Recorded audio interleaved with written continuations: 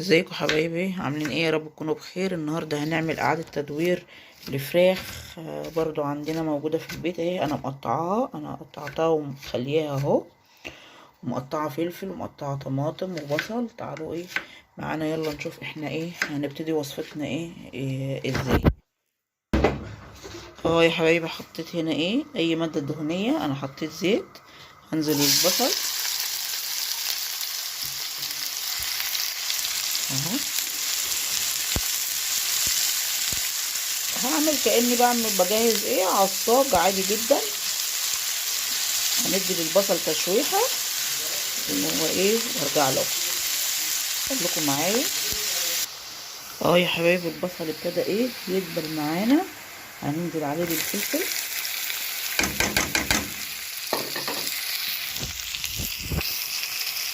نشوحه برضو تشويحه كده.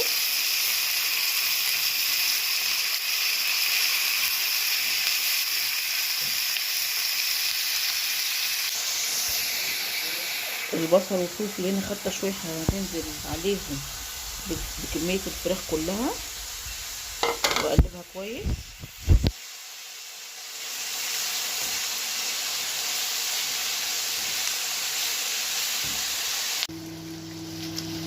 معانا هنا حله ميه حاطين فيها معلقه ملح. هنزل فيها ب3 اكياس مكرونه اهو.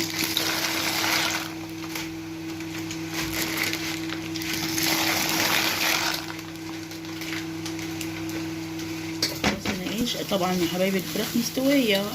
هننزل عليها، خدت بس تشويحه مع البصل والفلفل. ننزل عليها بمعلقه بهارات مشكله، معلقه فلفل اسود، نص معلقه كمون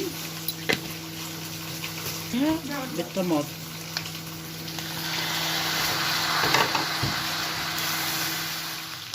حبايبي معايا هنا ماده دهنيه، زبده بلدي اهو. انا حاطه حوالي 4 معالق. هنحط 4 معالق دقيق. هو تقريبا ال4 معالق سمنه بيتاخد قدهم 4 معالق دقيق، بس انا عارفه مقدار بعمله ازاي، فبصراحه ما بعايرش اهو. هناخد الدقيق تحميصه حلوه كده في الزبده.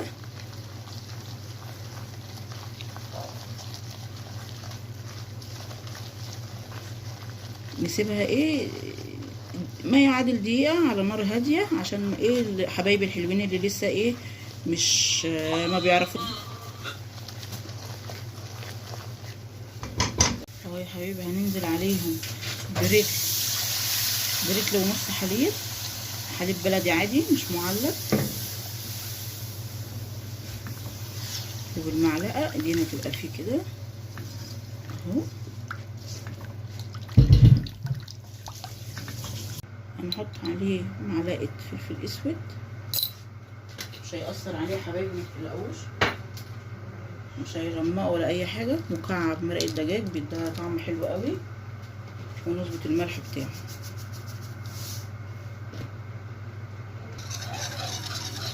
طبعا هنقعد نقلب فيه لحد ما يغلي والقوام بتاعه يتقل معانا. نحط هنا يا حبايبي بقى. انا ما بحطش بيض على البشاميل خالص. طبعا كل واحد يحط جبنه على ما حسب هو بيحب قوامها عامل ازاي. الجبنه الموتزاريلا يا حبايبي مع اللبن البلدي بيدي قوام حلو قوي قوي للبشاميل، وطعم كمان زي بالظبط ما تكوني تبقي حاطه كريمه لباني او جبنه كريمي، بيديها طعم حلو قوي قوي قوي. وان شاء الله تجربوا طريقتنا وتعجبكم باذن الله. المقطع ده كنت مفكره الكاميرا شغاله، لقيتها فاصله. انا حطيت يا دوبك بس رق مكرونه، وحطيت عليها اهو الشاورما. فرقنا هنا حبايب الشاورما.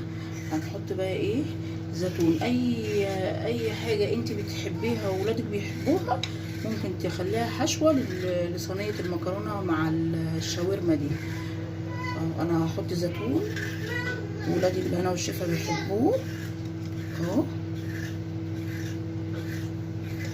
بيديلها طعم حلو قوي بالهنا والشفا. نحط المكرونه،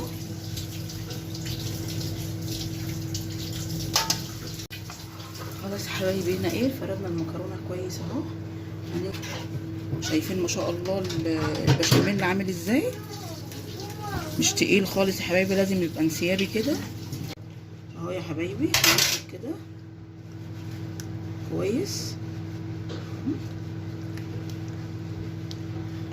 تعجبكم باذن الله اهو يا حبيبتي. طبعا انا مش حاطه بيض، الجبنه هي هتدي وش للبشاميل وتخليها زي الفل. هوريها لكم ان شاء الله بعد ما نطلعها من الفرن اهو يا حبايبي. رجعنا لكم تاني بعد ما عملناها في الفرن.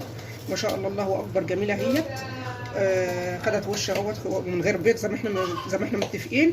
جربوها ويا رب، وان شاء الله هتعجبكم. ما تنسوناش باللايك، واللي ما اشتركش يشترك، واستنونا في كل وصفه جديده ان شاء الله.